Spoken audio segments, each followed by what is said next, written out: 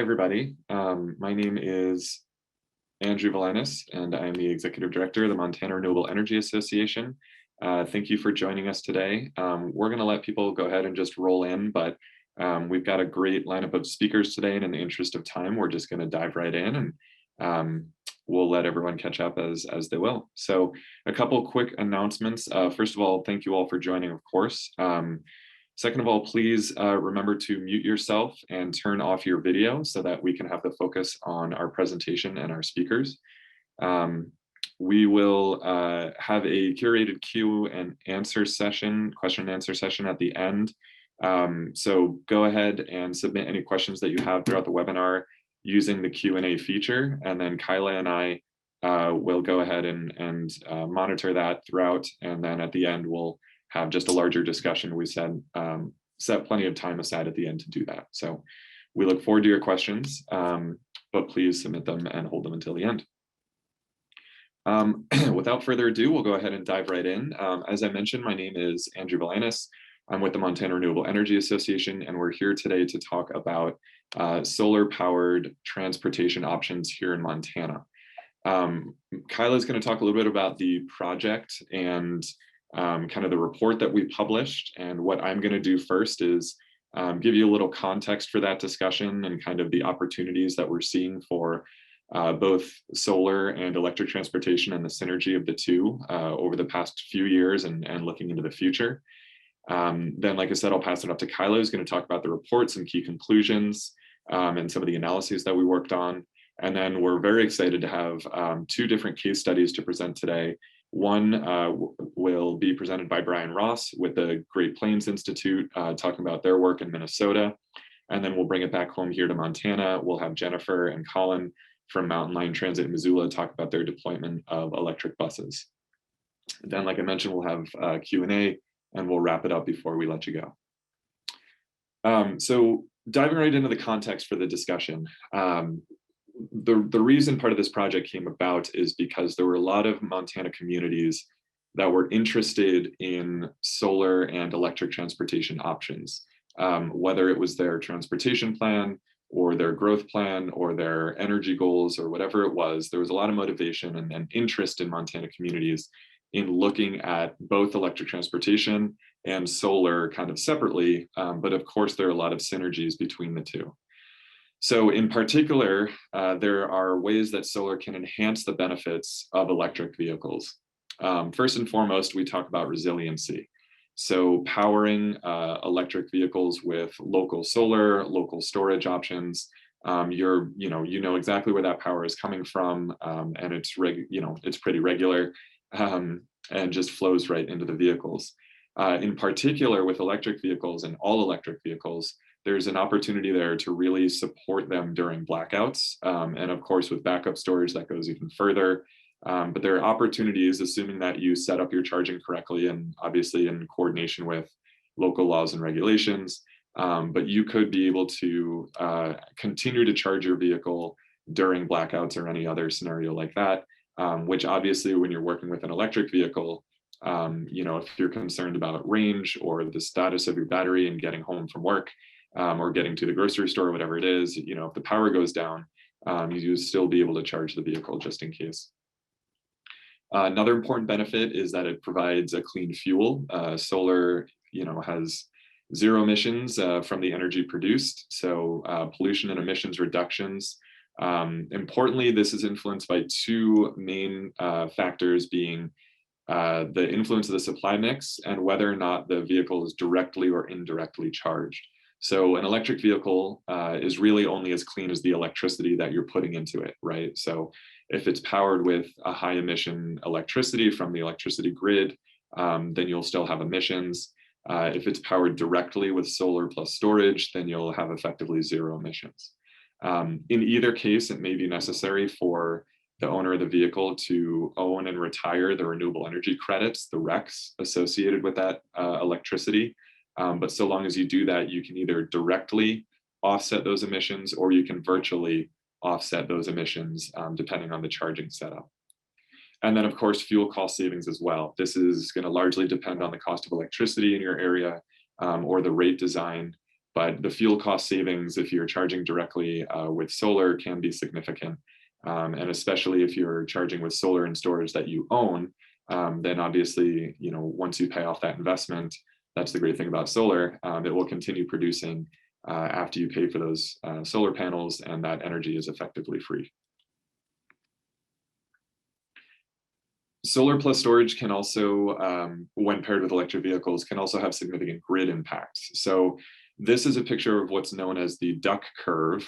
And the example or the case study here is California, where they have over 1 million homes with solar on it. What happens is, over the years, as more and more houses installed solar, the solar generated more and more throughout the day, which is a great thing, and was sending energy back out onto the grid. What that meant was that the total load that the grid needed to serve was much lower, because people were producing their own energy and serving their load from that energy. So you get this dip in the load that the grid needed to serve during the day. But what that means is, when solar starts to fade in the evening, and people go home from work and start turning on items, and you get your evening peak, there's this short period of time where the grid has to make up a lot of energy from what it was producing to what it needs to produce. And in a huge market like California, you could see something like this, which is the DEQ curve. In Montana, we're nowhere near the same level of solar penetration. We have about 5,000 solar customers compared to the 1.3 million in California. But this is an important consideration. And what you can do is use electric vehicle charging to kind of soak up or flatten out some of this DEQ curve load in the middle of the day when there's a lot of solar energy.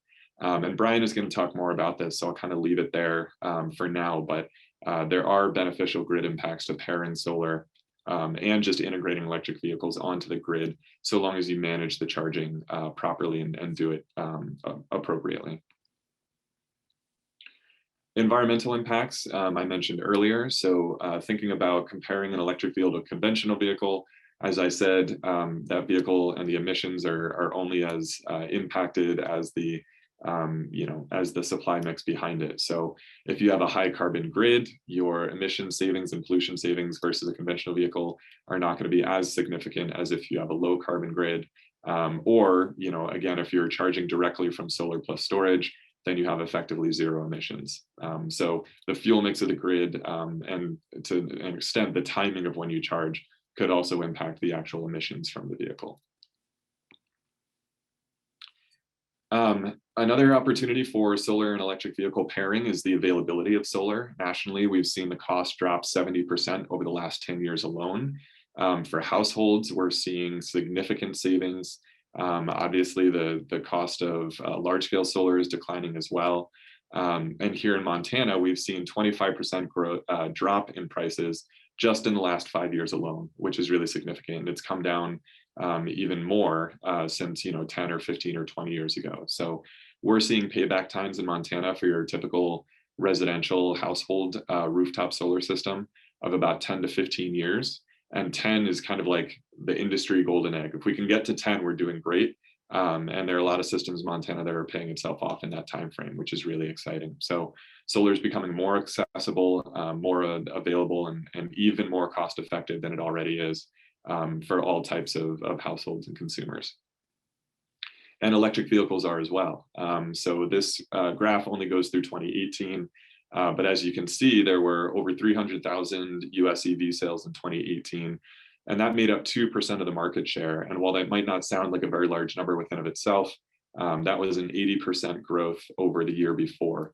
And of course, since then, we've seen really exciting developments, including things like the new Ford Lightning, the F-150, the all-electric. Ford even has a hybrid now, the Maverick, but the all-electric Lightning is really exciting. And we're seeing more and more car manufacturers look to electric vehicles and hybrid vehicles and really integrating them into their fleets. And then, of course, another huge opportunity is just the funding available for electric transportation, electric transit, and renewable energy. The Volkswagen settlement, for those who don't know, Volkswagen essentially had to pay a whole lot of money for sort of lying about the emissions that their cars were producing. And I think Kyla or others could probably answer more details about it. But what it meant was that Montana got about $12.6 million to work on medium and heavy duty vehicle replacement, light duty EV charging stations. And there were just some great articles in the news around the state about what DEQ has been doing with that money. So that's really exciting and helping build out the infrastructure and swapping out vehicles to kind of help support the development of electric vehicle deployment. And then, of course, the federal infrastructure bill, which just got signed into law in November, just tons of money for charging stations, school bus swap outs, low and no emission vehicle programs, and of course for renewable energy and efficiency as well. And then the Build Back Better Act, and who knows what will happen with that. It is still pending in the Senate. But if that does pass, there will be even more funding available through tax credits for solar, EVs, charging stations, and other kind of equipment that impacts all of this development. So all this is to say, there's a lot of opportunity right now. There's a lot of momentum behind both solar and electric vehicles and their development and deployment. So we were excited to work on this project. And to tell you more about the project, I'm going to go ahead and pass it off to Kyla. Well, great. Thank you, Andrew, and good afternoon or almost afternoon, everybody. My name is Kyla Mackey. I am with the Montana Energy Office at the Montana Department of Environmental Quality. Just providing a little bit more background on our specific project, some of the summaries and conclusions from that project, as well as providing some background on electric transportation use cases and compatibility, potential compatibility with solar. Okay, go ahead, next slide. So our Montana project team for this particular project was co-led by the DEQ Energy Office and the Montana Renewable Energy Association. We partnered with Climate Smart Missoula, as well as Yellowstone Teton Clean Cities. Yellowstone Teton Clean Cities is one of the U.S. Department of Energy's clean cities organizations across the country. They're based in Jackson, Wyoming. They help facilitate some of our meetings. And then we partnered with 3 communities, as Andrew mentioned, communities that are really looking at electric transportation, interested in solar, have climate plans, and sustainability is top of mind for these communities. So we partnered with these communities in Montana. Okay, next slide. And specifically why we chose these communities is that they have common challenges as well as kind of a shared vision for the future and shared goals around sustainability and transportation, electric vehicles, renewable energy. And some of these common challenges, the primary one being they're experiencing relatively rapid population growth, as are a lot of communities in the Western United States. This project was done in 2018. We've seen this challenge only increase mainly due to COVID and people moving away from cities and in the West. So this is just continues to be a challenge for these communities. Transportation is the largest single source of emissions in each of these communities, Missoula, Bozeman, and Whitefish. And it's the fastest growing source of emissions. So it's a sector where there's a lot of potential there, but seeing a lot of impacts from increased transportation, not only with emissions, but on traffic congestion and issues around growth and how to accommodate an increasing number of light duty vehicles. The transportation emissions in these communities are having continue to have a negative impact on air quality, especially in mountain communities where you get inversions and some challenges and impacts to public health associated with those emissions. So the communities also had shared goals and a vision for a more sustainable transportation system to address these challenges. And there was an interest, again, in powering electric vehicles with solar energy, understanding that in a lot of places in Montana, the grid may be only partially powered with, or grid energy may be only partially sourced with renewable energy, as well as taking some advantage of solar and electric vehicle benefits, those grid benefits, as well as sustainability, and then an overall goal of transforming their current transportation paradigm, one that's really focused currently on, light duty vehicles, expanding capacity to rethinking, different modes of transportation, increasing support for public transportation. And so those were a lot of the goals that were shared amongst each of these 3 communities. Go ahead, next slide. A little bit more background on the project and the Solar Energy Innovation Network. So the Solar Energy Innovation Network, or SEIN network, is administered by the National Renewable Energy Lab and supported by the U.S. Department of Energy's Solar Technologies Office. I mentioned that our project was started in 2018. We were one of 9 teams that were selected across the country for the first round of the SEIN network funding. The purpose of the SEIN network through NREL is to analyze novel applications for combining solar energy with other distributed energy resources that include storage, electric vehicles, and then providing some real-world, real-time testing and validation of these technologies paired with each other. So a really good opportunity to take advantage of some of the interest from the communities we had been talking to, in particular these 3 communities, to test and look really at how we can pair electric vehicles with solar and storage. Okay, next slide. And our specific goals for our project and our application to the SEIN network, we identified 3 goals in working with the communities, and they reflected the community goals, but are also more broadly, thinking about how this could be applicable to other communities across Montana or similarly situated communities in the West. So the first goal was to increase public access to renewable powered transportation. So thinking of the community interests, accelerating solar adoption in growing communities. So as the costs of solar come down, as Andrew showed, just thinking about how solar adoption can increase in these communities and meet some of their renewable energy goals. And then finally, improving the energy resilience of the growing communities. So resilience around providing grid benefits, resilience associated with accommodating the growing population, and other benefits of renewable powered transportation. In meeting these goals, we also identified kind of 4 key phases that we would undertake for this project. And the first was community engagement, direct community engagement with stakeholders in each of the communities.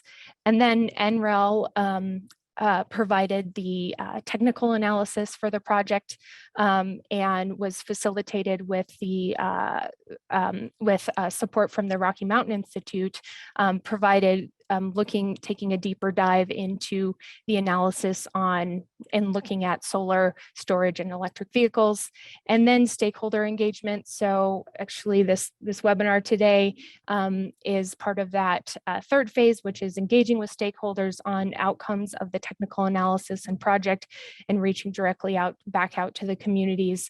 And then finally, the implementation. The implementation includes the roadmap, the solar powered transportation roadmap, as well as the website that we have for the project, which will provide information and links for you to look more into that at the end. Okay, next slide.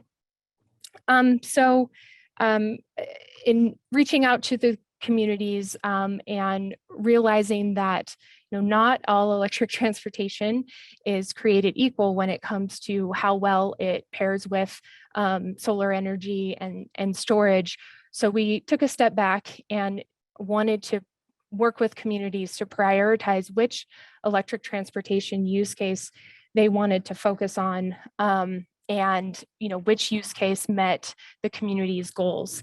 And the use cases are really distinguished by the type of vehicle, the type of charging infrastructure, and when the vehicle typically can or needs to charge. And there's a lot of different use cases for electric vehicles, different applications. And so we looked primarily at 4 after having conversations with communities on 4 use cases that could help them meet their goals or reflected what the increasing adoption of electric vehicles and what was happening in each of these communities. So the first use case we looked at was public charging for light duty vehicles. So you can see on the top left there, that's your typical what you think of when you see an electric vehicle charging in public, and that one's actually located in Big Sky, Montana. And then next to that, on the top right, the other case we looked at or considered was light duty fleet vehicle charging. And so this could be a fleet for governments, for cities, for counties or communities, and their light duty vehicles. And so what would be some of the differences in charging patterns for those fleet vehicles? And then we considered 2 different use cases for transit buses. And the communities really had a keen interest in public transit because some of the issues associated with traffic congestion, also some of the additional benefits they provide. So we wanted to look at 2 different use cases, 2 different types of charging for transit buses. The first was the on-route charging. So you'll see in the bottom left there, that's actually at the University of Montana. And an on-route charging means that as the bus goes through and depending on the route, as it goes through the charging station, an overhead charger comes down and charges the vehicle as it's essentially moving.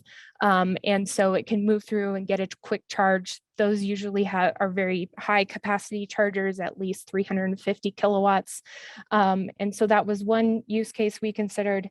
And then the other use case was probably more typical, just depending on the transit system operations, and that was the transit bus charging at the depot. So that's typically happens overnight. Sometimes that can happen in the middle of the day, but the buses are parked and just charging while sitting there, and it requires less or lower capacity charging for that use case. So those are the 4 use cases that we looked at. And then next slide.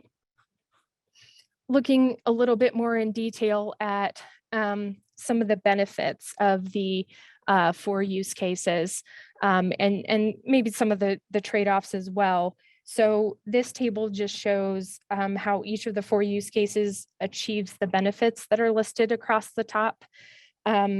So green is always achieves that benefit. Yellow is sometimes achieves the benefit, it just depends. And red does not typically achieve that benefit. And so with these 6 different benefits we analyzed, and working with the communities again on these use cases, just focusing on a few of these benefits. So the first is on the reduced traffic congestion. You can see that, of course, light duty vehicle public charging doesn't typically reduce traffic congestion. You're replacing gas-powered vehicles with single occupancy light duty vehicles. And so that that use case doesn't typically achieve that benefit. And then moving over to another priority and what the focus of our analysis was.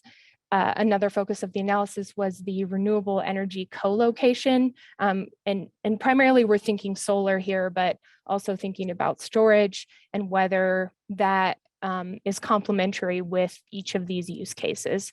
And so again, looking at the light duty vehicle public charging, that can accommodate renewable energy co-location is more compatible with the light duty vehicle public charging. This is typically because of the availability of space and the scale of solar that you would need to charge each of these types of vehicles. And then just moving down to the transit bus on route charging, since transit and public transit was a focus, you can see that it achieves the benefits of reducing traffic congestion, but because of the higher capacity chargers that you would need, renewable energy co-location isn't always compatible with the on-route charging. And then charging at the depot, which is sort of the most typical use case for the public transit, you achieve the reduced traffic congestion, and then it can be compatible with the co-location. But in the next slide, I'll talk a little bit more about how transit bus depot charging, how renewable energy can accommodate and the scale of renewable energy you would need for that use case. Okay, next slide. So we looked at a couple different case studies as part of this project and had case studies for each community. And just focusing in on Missoula and the Mountain Line transit buses. We'll hear a little bit more from Mountain Line later, but in their experience operating those buses. But we worked with NREL, and they use it's called their REOPT model to analyze solar and bus charging. And Mountain Line and Missoula had already established goals around electric buses and zero tailpipe emissions for the Mountain Line transit system. And so we took this analysis, which looks at 6 electric buses on Mountain Line system, and looked at charging at the depot and what some of the sort of trade-offs would be between the PV or solar system size, the cost of that system, pairing it with storage, and the percentage of renewable energy that you would get from different scenarios. So the model chose as the economically optimal system the 50 kilowatt solar array to pair to charge the 6 electric transit buses, and that's due to the 50 kilowatt net metering limit in Montana. And you can see there that, of course, that's economically optimal, but you're only providing 7% of the electricity there with solar energy for just those 6 buses. And so then we looked at a scenario where taking away the 50 kilowatt net metering limit and say, what if there was no net metering limit and we wanted to get 100% of the electricity to power the buses, 6 buses with solar, what would be the size of system required and what would be the cost of that? And so that would actually require a 712 kilowatt solar array, and the cost would be about $1.4 million. Now, the trade-off there is that the percentage of renewable energy powering the buses with solar would be 100%. But there are certainly cost trade-offs. And then on just a note on scale, so a 712 kilowatt solar array would require about 34,000 square feet of space. And so that could be a challenge for transit buses that may be limited in space for parking the vehicles. So the on-site solar may be challenging there for that scale. And that's just for 6 buses. If they want to do more, then there's potentially more challenges with that. And then finally, we considered a scenario with lower storage costs. So looking at, okay, if we were to have the cost of solar would be reduced by, say, 50%, then what would the cost of and the size of a solar that you would need, as well as the cost and the size of the storage. So you can see with that, it requires a 325 kilowatt solar with a 277 kilowatt and 1,500 kilowatt hour battery.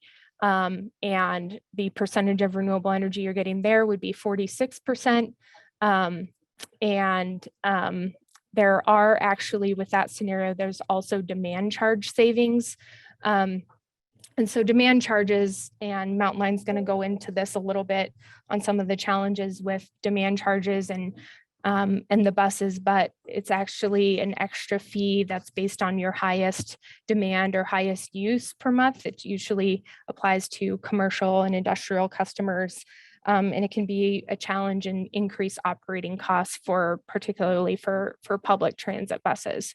So just a note there that the other two scenarios didn't provide demand charge savings, so there wasn't extra savings with those two scenarios because they're not, the demand charge is assessed regardless of when you're incurring that demand. And then just one other note as well on this analysis is that on that lower storage costs, only 46% of the energy is coming from solar.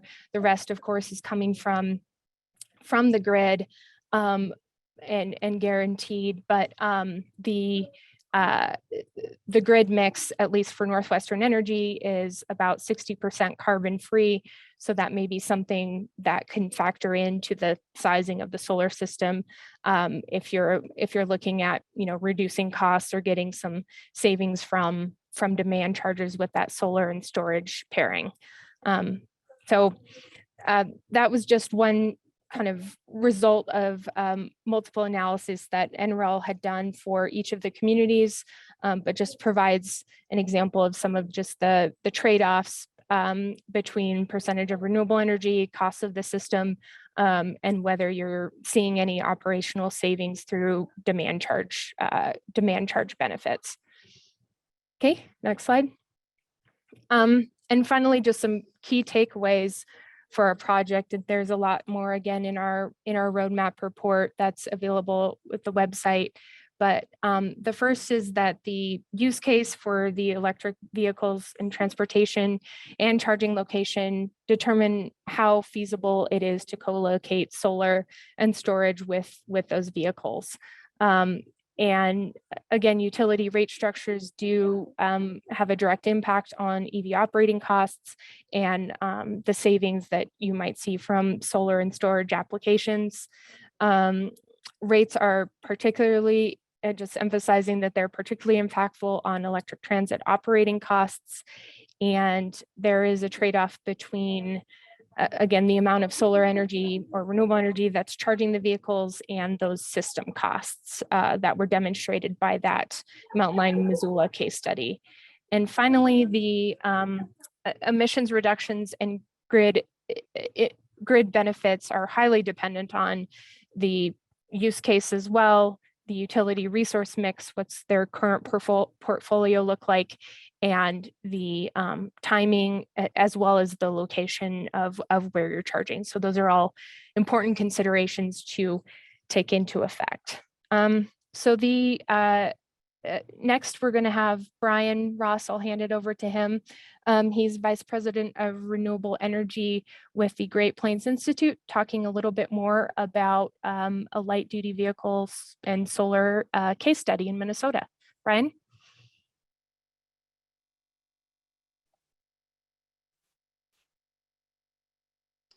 Thank you, Kyla. I love hearing about the work in Montana. It works really kind of hand in glove with a lot of the stuff we were doing in Minnesota, and so we kind of thought this was a nice mix of synergy here between the kind of transit focus and the focus where we ended up going on the same SAIN proposition, SEIN proposition on light duty vehicles. So go to the next slide. I am, just like a brief introduction, I'm Brian Ross with the Great Plains Institute. Great Plains Institute is a nonprofit organization. We've been around 21 years. We have the humble mission to transform the energy system around us, basically to decarbonize both energy systems and the environment in our country.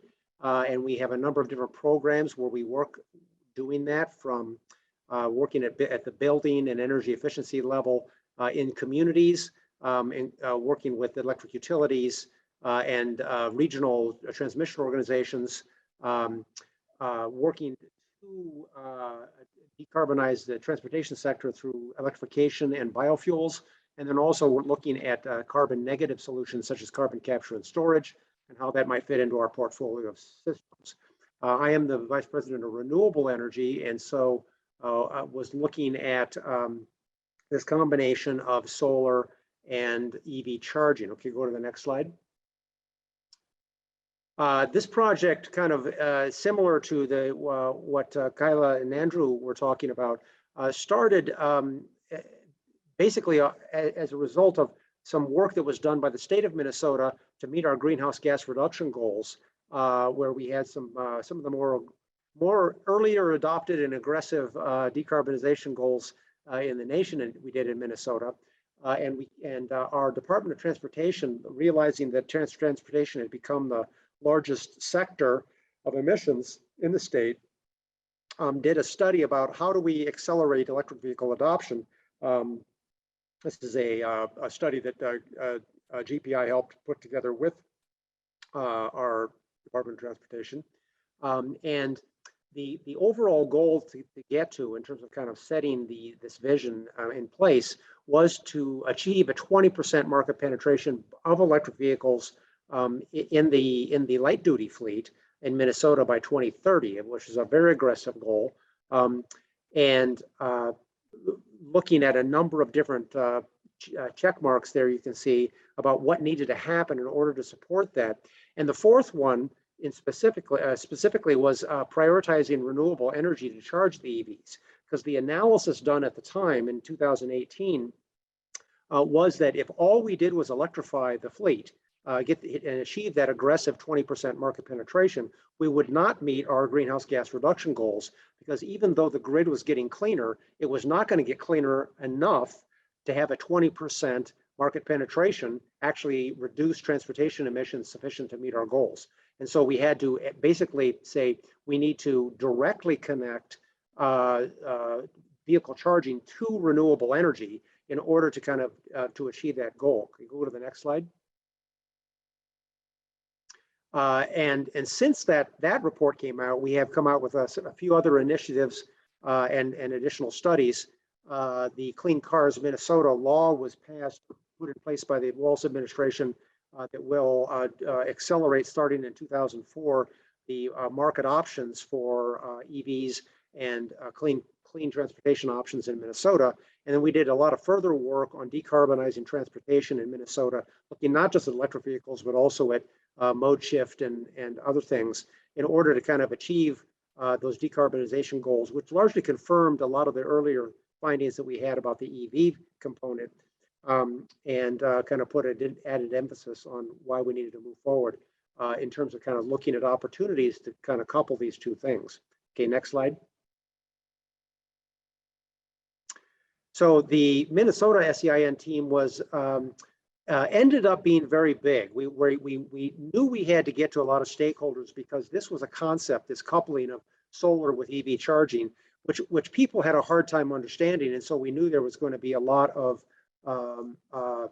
education that had to happen. And so we went for a very large team that included many of our state agencies participated actively. Our Metropolitan Council and the MPO transportation entity for the metropolitan area in Minneapolis-St. Paul participated, as well as, of course, Solar Industry Association and the electric vehicle vendors, but also several utilities participated, as well as a number of cities looking at what they could do to decarbonize the transportation sector. Okay, next slide. What we were looking at when we started the project was to try to get to 3 distinct value propositions to capture them for coupling solar energy with electric vehicle charging directly. And the way we kind of broke that out, and this was further defined as part of the project as we got further along in it, was that there are bulk power system benefits, and that's kind of the big kind of generating plant benefit when you look at the transmission system and the overall bulk power system, that managing flexible loads such as electric vehicles, you could synchronize demand and renewable energy production across the system and really create more space on the system for renewable energy and integrate it better with its own intermittency issues that had to be integrated. The second value proposition was at the distribution grid, something where it has grown an increasing amount of attention by regulatory commissions about how we, as we electrify both loads like heating loads in houses and buildings, as well as electrifying the transportation sector, what kind of impact is that having on the distribution grid? What kind of reinforcement is needed? What kind of additional costs are needed in terms of capacity? And what we determined, what we were going to look at was what are the distribution savings potentially of coupling charging and solar directly to the distribution grid in terms of limiting investment and reducing potential harms. And then finally, there's the customer value proposition, which is really looking at mostly the behind the meter when you're taking a solar array and an EV charger on the same site, putting them together in order to kind of provide benefit to the site owner, the person who is in fact owning both the charger and the solar array.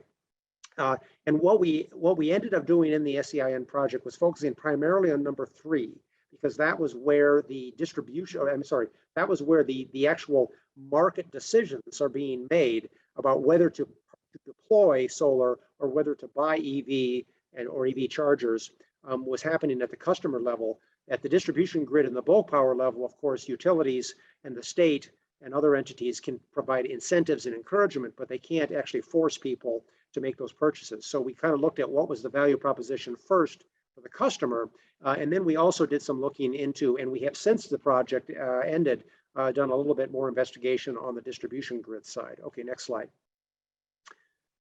And this is kind of the more graphic demonstration of that concept of the 3 different components, where you can see that there's actually a solar power input, that can be integrated into the electric grid. Obviously, at the bulk power system, you're talking about big solar farms.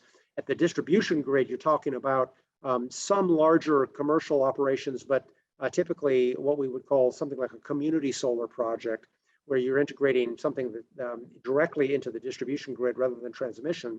And then, of course, the third component is behind the meter, where you're actually doing both your electric vehicle charging, and you can also become a prosumer, if you will, by producing electricity as well as consuming it. And kind of how these 3 things fit together. Of course, the end use, the charging is always going to happen behind the meter. That will never happen, at least not in any scenario we looked at the bulk power or the distribution grid component. Next slide, please. So we then also kind of had to define what is EV plus solar. And we determined that from a technology standpoint and an economic standpoint, there were basically 3 different concepts that people looked at. One was this very simple concept of you have an EV charger and you have a solar array and you hook them together, and the solar powers the EV charger. It's largely an off-grid application, and there are actually products in the marketplace where you can buy that do exactly this, where they just basically have a flatbed truck and they come and they unload a unit and put it into a parking place, and there's a solar array over the top of it, and there's an EV charger, and when the sun shines on it, it charges the EVs. And when the sun isn't shining, it tends not to. Then there was a whole host of other kinds of applications, as is demonstrated here, which are really about synchronizing the EV and the solar production together. Sometimes using things like storage to enhance that system, sometimes using behind the meter synchronization, and sometimes using synchronization that is not behind the meter, but is at the distribution scale. And then the third one more, there we go, is more an economic linking of the PV and the EV, where you're, for instance, using renewable energy credits, RECs, in order to connect your EV charging by buying on the open market the credits for renewable energy and applying them to the charging, whether or not the actual electricity is linked to a renewable energy system or not. Similarly, there are kind of rate design schedules that encourage charging when solar power or wind power is at its peak, such as that a lot of utilities are having incentive programs for nighttime charging in homes when they have wind energy to spare, and they may have been otherwise curtailed it, and so they want to charge. So that's more of an economic link again, rather than a physical link. Okay, next slide. So we had some important findings I'm going to focus on, and probably the most significant one was that the sun shines during the day. NREL was very grateful for us for pointing this out to them. I think they have used it a lot in the rest of their research and their studies. But facetiousness aside, it was something that sounds obvious, but when you're talking about coupling solar with EV charging, it's important to recognize that it is most economic to actually charge when the sun is shining. And so that kind of helped define use cases that we were looking at and really kind of set the stage for a lot of other things. Okay, next slide. Another finding we had was that if you looked at that, if you said, well, okay, when does the sun shine? We can actually look at charging load curves and say, and this is actually, I had to throw this one in. This is actually a load curve that was developed on the EVI Pro for Missoula, Montana. And this is obviously with the sunshine, we're looking at a little bit more of a winter scenario here, but you can see that that there are a number of different types of charging that occur, and you can kind of see in that window, that daytime window, that there are some kinds of charging that seem to have a coincidence with daytime with the day with solar production, and some which do not. For instance, home level 2 charging, which happens primarily at night or early in the morning when the sun is not shining. On the other hand, you get public level 2 charging and workplace charging that happen primarily during the day. So that kind of like, there's an aha moment there about what your use cases should be. Okay, go to the next slide. Another finding we had, however, was that even during the day, if you actually looked at solar production, what we found is that unmanaged loads, including EV charging, correlate actually poorly with solar energy production, even in the daylight hours. And these, I won't go into great detail about these graphs, which were done for us by NREL as part of the SEIN project. But one shows just an office building load, and you can see where the peaks are, and then you can see a solar production curve that is a theoretical curve for that building.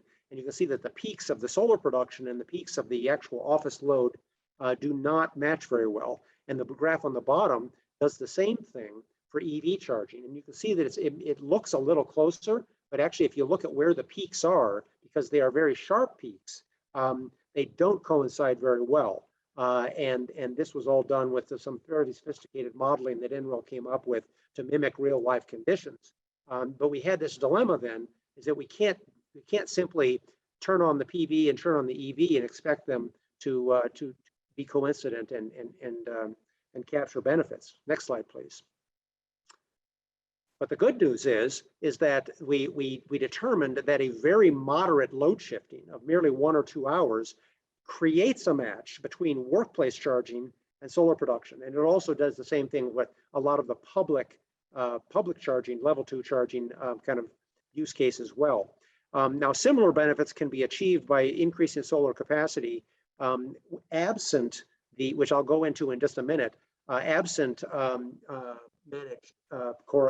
managed synchronization or the use of energy storage such as batteries.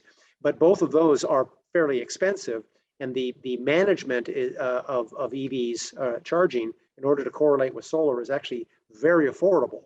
So that's kind of the primary scenario we looked at then, was the workplace charging and the public level 2 charging as our sweet spots for kind of correlating solar and EV charging with light duty vehicles. Okay, next slide. So here is what that load curve again looks like. I showed you for the Missoula, Montana one. This one's actually for the Minneapolis, St. Paul metropolitan area. We kind of made some assumptions about what we would typically see once we got to scale for kind of EV deployment.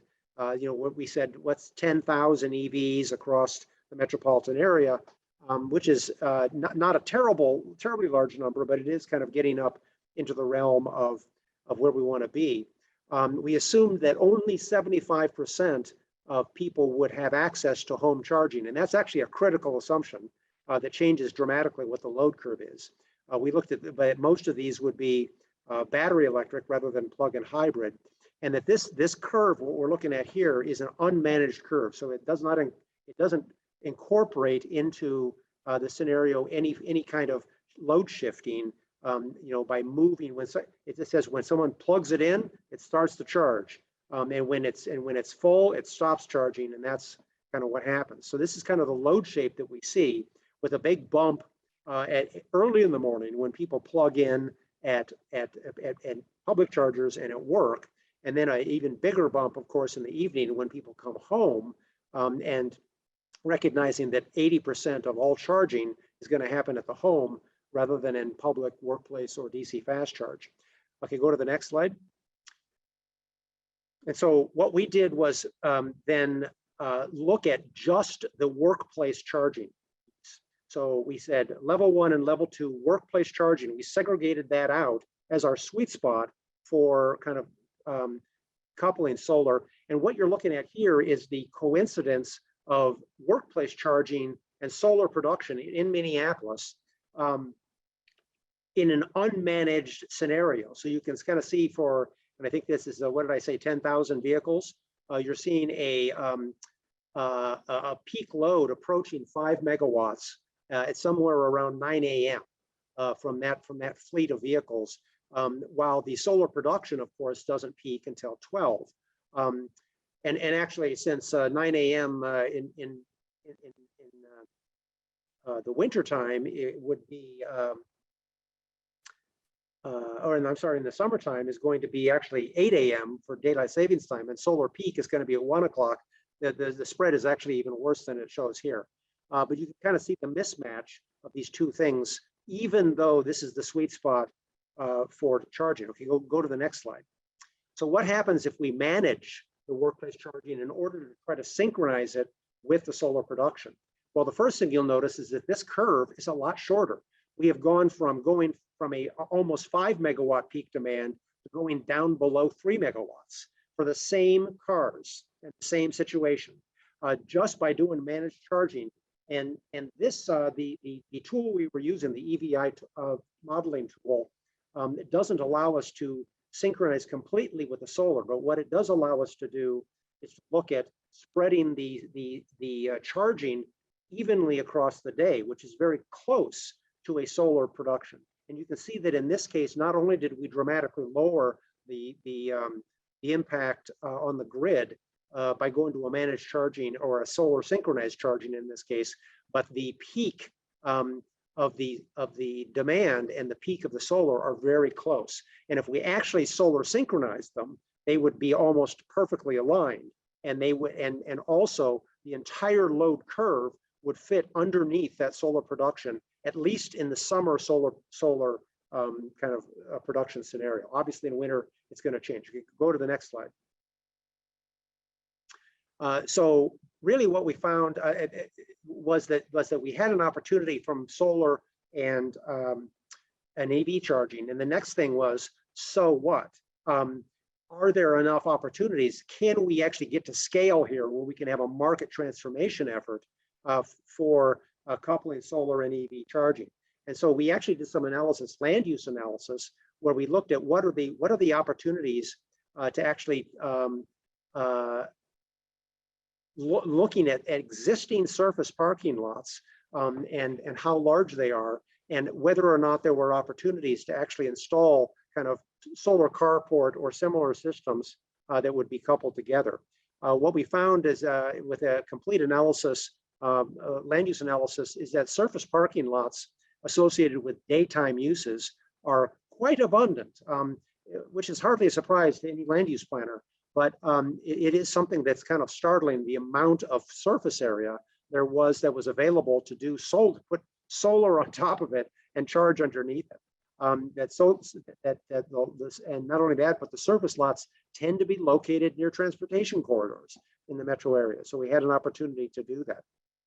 And that the surface lots really are underutilized for most of the year, so that by dedicating a certain portion of it to EV charging, you're not really impacting parking availability for the rest of those users. Okay, go to the next slide.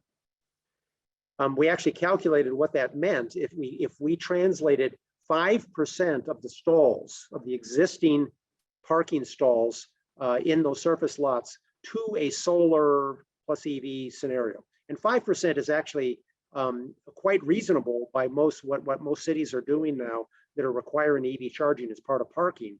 5% is actually, actually looking a little bit low. We have people that are talking about doing 20%.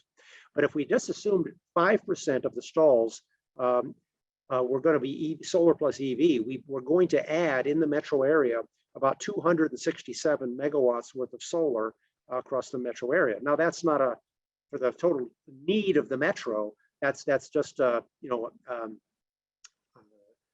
portion, maybe 10% of the total load, but it's a significant add. It shows that there's scale and that there's opportunity to do this. So we go to the next slide.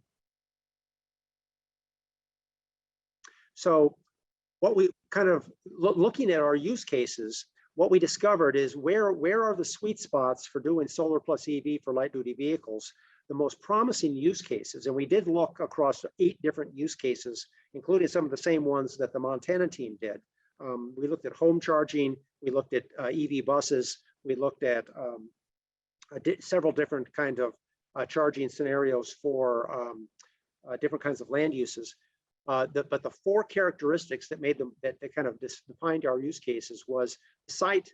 We had to have large enough sites, in other words, parking areas that could capture the economies of scale for both EV charging and solar installations. In other words, we didn't want to put up a single stall with a single charger. We wanted to get to a little bit bigger scale so that we could capture some economy of cost and installation and capital. Second, there had to be rate schedules and metering that allowed the site owner to capture value. And that's in particular for reducing demand charges. Reducing demand charges was a critical element of the site owner's proposition, because the energy charge is low enough that it didn't really make a big difference in order to pay for the capital and the EV charging. But if you incorporated the demand charge savings, where you basically using the solar can completely offset your demand charge, it was a substantial cost savings for the installation of solar along with the EV charger. Third, you needed consistent long daytime parking tenures in order to allow economic trade-off between solar generation, flexible EV charging, battery storage and use where that got incorporated.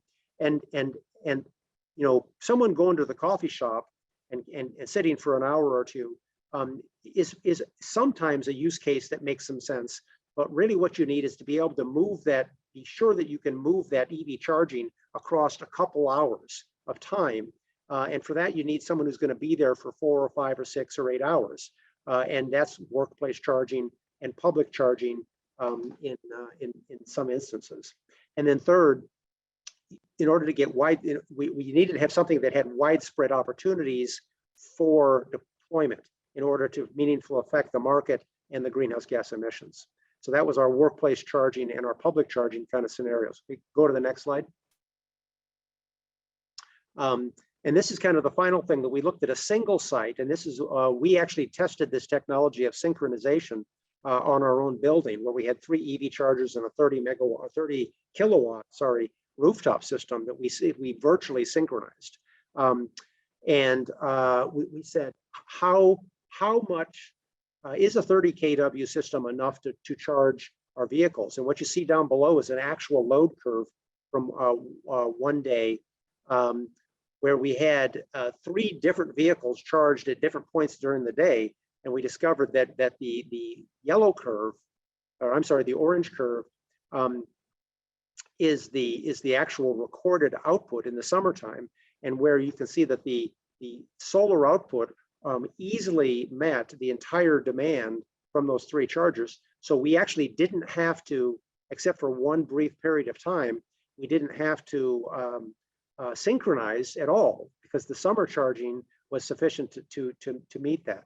What we did look at was whether a 30 kW system was the right size, or did we need more or less in order to meet that charging load.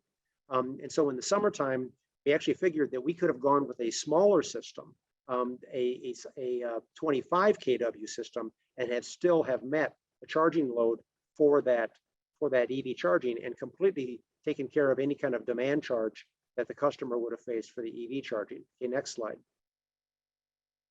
But here we looked at a different scenario in January, when the solar production is not quite what it is. We discovered that you would have had to size the system considerably larger in order to fully meet the demand. Okay, I'm going to move ahead here because I'm out of time. Go to the next slide. Really, this is just a summary slide to kind of say where we're at today. I did want to put down, we have a link there in that document that goes to our study, which is shown there on the right, solar power electric vehicle charging, and some of the issues that we kind of faced from a regulatory standpoint and a market standpoint that we're still trying to get to, and kind of the market transformation efforts. There are a number of opportunities, but also a number of barriers. So I'm going to close with that, and so we can move on, because I went over my time. I apologize. No worries at all. And Brian, thank you so much for that incredible presentation. I think we should give you a 4-hour slot next time. We can just dive into all the details. And I'm starting to see some questions roll in too, which is exciting. So thank you for all of that. And yes, we'll make sure that that link goes out too for people so that they have access to that as well. Right. But moving on to our next presenters, I'm happy to introduce Jennifer and Colin with Mountain Line Transportation, and they're going to give us an update about their on-the-ground experience with buses here in Missoula. So Colin and Jen, go ahead and take it away. Good afternoon. We will be a little more brief than the last presenter. Brian had so much good stuff to cover. I will just walk you through kind of where Mountain Line is and where we're going. And Jen is our operations director, and would be able to present a little bit more, talk to you, kind of fill in the gaps, and explain what are the realities of this. So yeah, I don't control this. Next slide, Andrew. Would be remiss to not start with our 2021 highlights. I've got the blur effect on, so you can't see the award, but I thought I had this prominently displayed, but we received the APTA Transit System of the Year award. A lot of that is in regards to our 7-day, 7-night service and fleet electrification. So zero fare and fleet electrification. So for a system this size, we're really pushing and proud of that, and the team effort it takes for us to get there. So it takes a large staff and a lot of coordination to make it happen. We have also received a safety award, and you'll see our public art installation if you see our facility downtown. Next slide, Andrew. This we'll just give you a brief overview of where Mountain Line is right now, how we've progressed through fleet electrification, sort of just talk a little bit about the approach that we've gotten there, looking to the future, and then Jennifer will kind of fill in sort of what are the lessons learned from this, how would we do this, and then we'd love to have a discussion about kind of future funding opportunities and the hurdles that we all face right now with supply chains, but that are particularly that create some real difficulties in fleet electrification for Mountain Line right now. Next slide. So why electrification? Our board made a commitment to pursue a more sustainable path forward. And we obviously, one of those goals is you really want to believe that this is going to help with operating costs and reducing operating costs. I think we'll talk a little bit more about what those realities are. But long term, we believe that this is the right energy source to be pushing towards, and that we believe in a future that reduces pollution, both air quality improvements and noise. I mean, they're kind of sneaky, silent, large people movers, but they really do help our community reduce pollution, both air and noise. Next slide. So just walk you through the history of how we got there. So if you can just take the next slide. So we made this commitment and we applied for funding. We've been fortunate to receive 3 rounds of FTA low-no emission grant funds, and those we've used 2 of those. We've also been able to apply for bus and bus facility funds from the FTA and the DEQ Clean Transit Bus Grant, which came through Volkswagen settlement, which provided 2 buses for us and charging apparatus.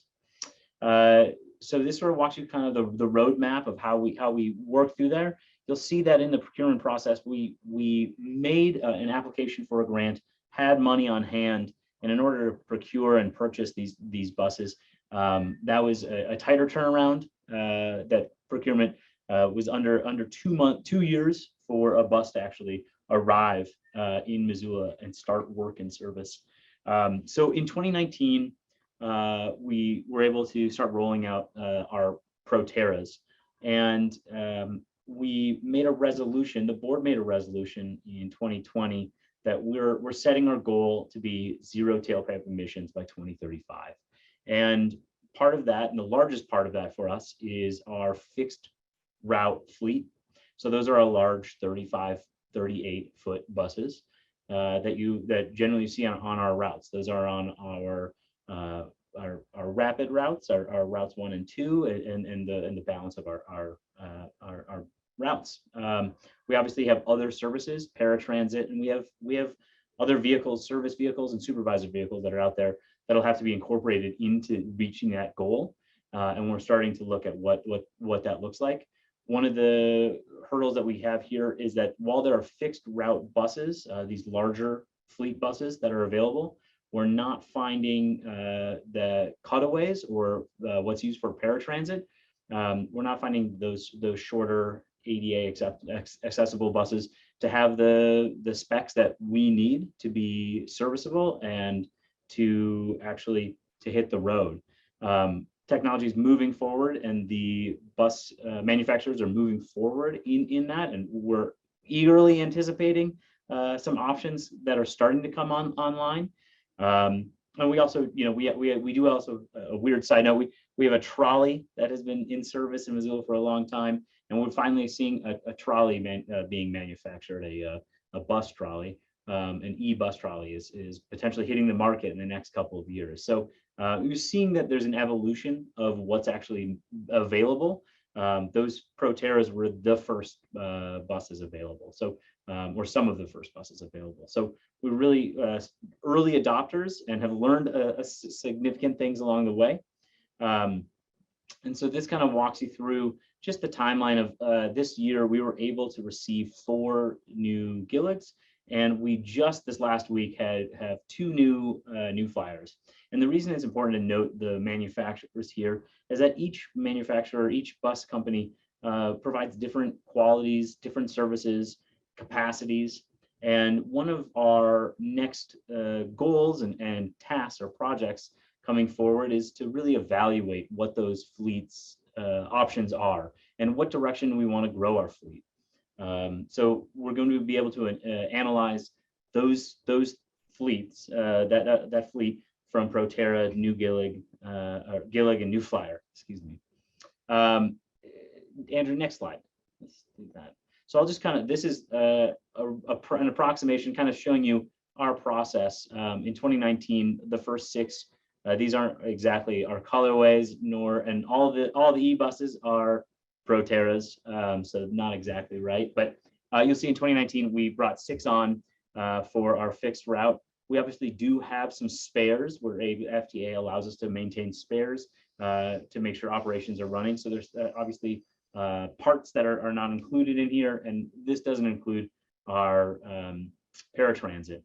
So it's 2019. If we, Andrew, if you go to next slide, 2021, see that we've been able to add, we've effectively doubled our scale here.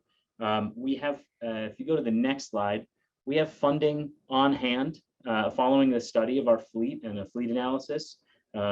We will be able to purchase and go ahead and purchase 4 more. And something that's important to recognize is in order to get those buses, there's more than just buses that come along with that procurement. There are also chargers and there are dispensers, and there's the space to hold those chargers and those dispensers. And we are in limited supply of that. So Andrew, if you go to next slide, our goal is to apply for another round of federal grants that will provide for 10 buses, which will help us reach 93% fleet electrification. And as we get there, the reason you see four of those buses are in background of red is we don't have the capacity, the space. We are truly out of space and don't have the space for charging apparatuses on site. So we are truly, we are limited in our potential growth and push towards a more sustainable electrified fleet by our facility size. So for brief reference, we're on 2.2 acres. Our space need analysis shows that we need to be on 8 to 10 acres. We've been actively working to land, acquire property, and then we have to develop a new facility in order for us to move forward. This doesn't take into account any further service or expanded service. We've done expanded service, and I didn't include that slide. I probably should have. We've done pretty extensive fleet or service expansion, which runs 7 days and 7 nights. It extends every route, fills in any holes and gaps, and creates greater frequency and opportunity for people to commute. This future plan, anything beyond our goal here with the asterisk of 2025, anything beyond this, including the bus rapid transit, which is a potential for the Brook Street corridor, and something we're really excited about, that MRA and the Midtown collective Mojo group put together, and were awarded a feasibility study grant this 2 weeks ago for about $900,000. That's going to help us understand the infrastructure costs and the feasibility of a BRT. That doesn't, in these plans, we need more space to operate the 6, 8, 10 buses that it would take to operate just the BRT alone. Let alone, we're not talking about staff, we're not talking about chargers or dispensers. So we are executing at the highest possible performance that we can in the space that we have. We have a very limited future and very limited growth potential because we're so constrained. Andrew, next slide. And with that, I think that Jen, maybe I'll pass it off to you to talk sort of through lessons learned. Is that fair? Okay, yes, thanks, Colin. Lessons learned. Let's jump right into them. Next slide. We had a steep learning curve. We went into it a little more confident than I think we should have been. There were things that we never considered with e-buses and how we were going to do it. We didn't start early conversations with our utility provider. Looking back, that would have been a good place to start. We kind of showed up on their doorstep saying, hey, we're going to plug in 100 home subdivision, and what can you do for us? And they were receptive, they were excited. We'll talk about that a little bit later. We spent a lot of time selecting our first manufacturer, Proterra. There were 3 manufacturers available on market at that point. We went with Proterra. They were the new kid on the block. They spent a lot of time, money, and research into traction motors or the electric motor that powers the bus and batteries. When you're talking about fleet electrification, storage is the most important part, really. And we felt that they had the best product at that time. So we did sign a contract with them for 6 buses and 7 chargers and dispensers. The chargers and dispensers are 60 kilowatt hour chargers. Each charger has an associated dispenser, and that's the gas pump. That's what we plug in every night. It takes about 4 hours to charge a bus.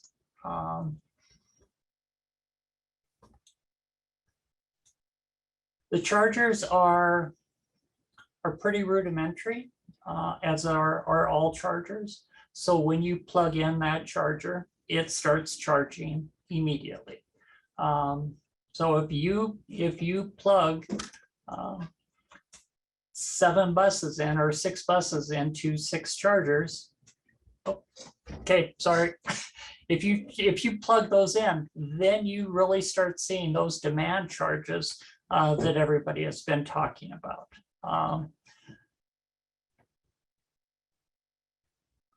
That adds to operation costs. So we're a little bit of sticker shock here. Our electric bill for 6 buses is about $12,000 a month. It's substantially more expensive right now for us to run an electric bus than it is a diesel bus. We do see cost savings in maintenance because there's fewer moving parts. You don't have to do oil changes on them. Because of the regenerative braking, we save tremendous costs in brake components. In 2 years, we haven't replaced a set of brake pads on an electric bus. So there are cost savings, but we choose to focus on the environmental savings that we're getting and the improvement that our electrification is going to bring to the city of Missoula. We did work with Northwestern Energy on an energy rate case that is ongoing. I'm not sure if that's the solution. Any bit will help, but the key to us moving forward with this is going to be charge management software, and that is the same that they were talking about in Minnesota. Is how do we control when those chargers turn on? Because if they all turn on at once, it's a huge cost to us. So we're looking at that as well. That also comes with added costs. That's about $16,000 a year for charge management software, and that cost is ongoing. So that's kind of some of the hard lessons we've learned with having the buses on the street. With this last round of bus procurements in a pandemic, we've had supply chain issues that are affecting everything that we touch in our lives. We have parts that for our charge infrastructure for our new buses that are half a year out still. We're not sure when we're going to get them. We've seen buses that were supposed to be here in the summer just arrived this week. So we're excited for what EV technology holds. We definitely are excited with our new facility to see how we can incorporate solar and storage into that to help offset some of these demand charges and energy costs. And it's going to take a lot of funding to do that. So from our point of view, the latest round of funding couldn't have come at a more opportune time. So at that, I think I'll wrap it up. And let Colin fill in anything that I might have forgotten. Well, Jen, I think you covered it well. I think the one thing that we didn't include in there, there was an M missing. So it said it was $157 through IIJA for transit in Montana. So it is $157 million. It is Mountain Line's intention to get first in line and be ready for those funds. We have a very expensive facility that is obviously needed in order to provide the transit option and the ability to move our all Missoulians. And so we're definitely trying to put ourselves in the position to get there. And I had shared this with Andrew once before, but the supply chain, I think it's important to just sort of think through timeline, and that it's we're right now looking at anywhere between stated 24 months, reality 36 or more. Corey, our CEO, thought that some buses might be pushing closer to 48 months from purchase to actually being fully operational. And if you factor in charge equipment and the infrastructure that goes along with that, there's a long lead time. And I do want to just add one other kind of fun fact or something interesting to think about in terms of supply chain, and that Andrew thought was interesting, is when we were at the APTEC conference, we were talking, there was a presentation about fleet electrification, and that's one of the big conversations going on in the transit world, certainly. But that manufacturing capacity is not where it needs to be to fulfill those orders. And that Chicago Transit Authority, large transit authority, as they're assessing and considering electrification, there's a lot of factors that come into play in order for them to do that. But if they did want to convert their fleet fully to electric and convert all their buses, under current capacity, all US manufacturers of e-buses would be fully occupied for the next 50 years to complete that order, while no other transit authority could receive an e-bus. So it gives you a sense that we have, there's a capacity issue, the timeline to make these turns and for us to move towards fleet electrification. These are big, expensive vehicles with large infrastructure and a lot of parts in order to make that happen. So, add supply chain realities into the mix, and already complex systems, and then just limited capacity. So we're really hoping that there will be funding to help further that kind of construction timeline and development of the EV electrification of fleets across the US. All right, I think that's it. Jen, I think you covered it. Thanks. Great. Well, thank you, Colin and Jen. And thank you, Brian, again. Thank you to all our presenters. I think we had a great and interesting kind of balance there discussion about not only some of theoretical in the study, but kind of that on the ground experience, and the reality of not being able to snap our fingers and put this infrastructure in the ground tomorrow, that it does take time and a lot of effort. So it's exciting to see all these different groups working on this stuff around the country, including here in Montana. So without further ado, we're going to dive into the Q&A. Kyla and I are going to kind of manage this here. There are a couple questions that have come in through the Q&A feature, and we encourage everyone to submit them there so we can track them. One of these was answered directly, but I wanted to see if Brian would come on and just summarize it. So Brian was asked to talk a little bit more about the technology required to synchronize a solar array and EV charging stations, and the communications and stuff like that. So Brian, do you want to just give a brief summary of the answer that you provided there? Yeah, sure. Most EV chargers, of course, come in two general flavors: dumb chargers and smart chargers. And smart chargers have capability built into them to do, what we, do manage charging, to basically set the charger to manage at certain part, to charge at certain parts of the day and not at other parts of the day, or various things like that. One of the capabilities that smart chargers have is to receive a signal from an external source to say turn on or turn off or ramp up and down, because you actually can on charging, chargers don't have to run it's not on or off. They can run at 25%, 50%, 75%, et cetera. And so basically what it is, the synchronization process is merely having the solar array, wherever it is, either on-site or off-site, send a signal that then gets through a communications network. And the one system that we used in our building was a cell network signal that the vendor that we had wrote an algorithm to get every single minute to get the signal from the solar array and then to adjust the charging at the charger through a signal they sent via the managed network.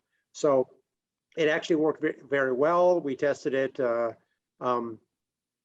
tried it both with Wi-Fi and with cell, and discovered that cell was probably a little bit more reliable on the whole. But it worked very well, and we got actually minute by minute variations in the charging rate based upon the solar, which ensures with a great deal of margin of error that you're not going to incur a demand charge if you actually have your solar array sufficiently sized to the EV charger. Because as the solar array goes up, or I'm sorry, as the solar array goes produces more charging is managed, but not enough to trigger a higher demand rate that would have been incurred otherwise.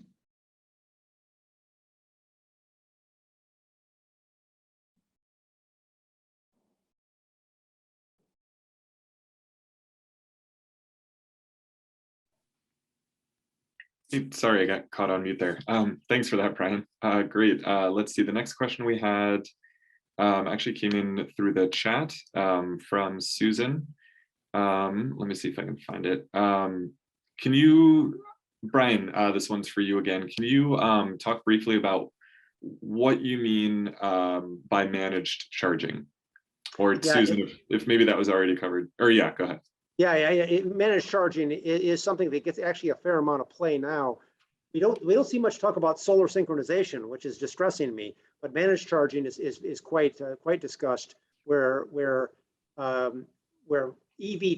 loads can be charged. It only needs 2 hours of charging, but they have 8 hours of time to spread it over. And a managed charging is just taking advantage of that by having some kind of a signal sent to the charger or a pre-programmed charging rate so that the charger won't turn on even until, for instance, 11 o'clock at night or something like that. And many utility rate structures that are EV specific will require the participant to use a managed charger in order to kind of make sure that the utility is capturing value for the incentive they're providing.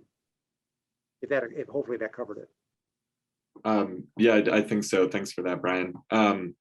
So the next question, we're going to jump to Colin and Jen. The question comes from John. Does the manufacturer for these electric buses that you guys talked about and the ones that you have in-house, do they offer training for the mechanics that work on the buses?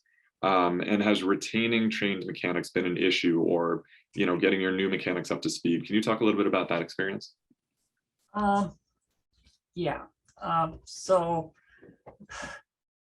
this is an industry-wide issue, industry being transit, and that the training is lagging behind where it really needs to be.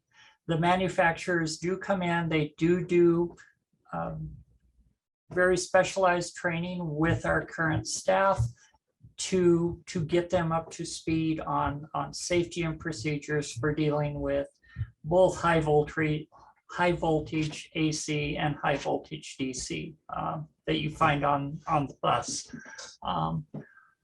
We are currently working with others in the industry to find better training for our mechanics. We're very fortunate here in Missoula that we have amazing technicians who love to be challenged, who love to learn. And they have stepped up and really learned all that they can about EV technology, both from the manufacturers and from outside sources. I will say that the introduction of EV buses happened just before contract negotiations, and dealing with high voltage equipment did affect those negotiations, and we ended up paying a premium for those technicians. Great, thank you for that, Jen. And there are one or two other questions, but unfortunately we're at the top of the hour here and we want to be respectful of everyone's time. So I think what we'll do is maybe reach out directly with those questions to our panelists and see if we can get an answer and share it in a follow-up email. So I do want to thank everybody for coming today and mention that the link to our Solar Plus Transportation Roadmap, Kyla put that in the chat, so you can click right to the website there. It's also up now on screen for you all to see. But thank you again to Kyla at DEQ for co-leading this project with me and helping make this happen, to all of our project partners, and particularly to Brian and Colin and Jen for joining us today and helping make this presentation a success. So thank you all so much. I hope you enjoy the rest of your Tuesday, and please look out for a follow-up email with more information about the report and all this work that we've been doing. Thank you and take care. Thank you. Thanks, everybody. Have a good day.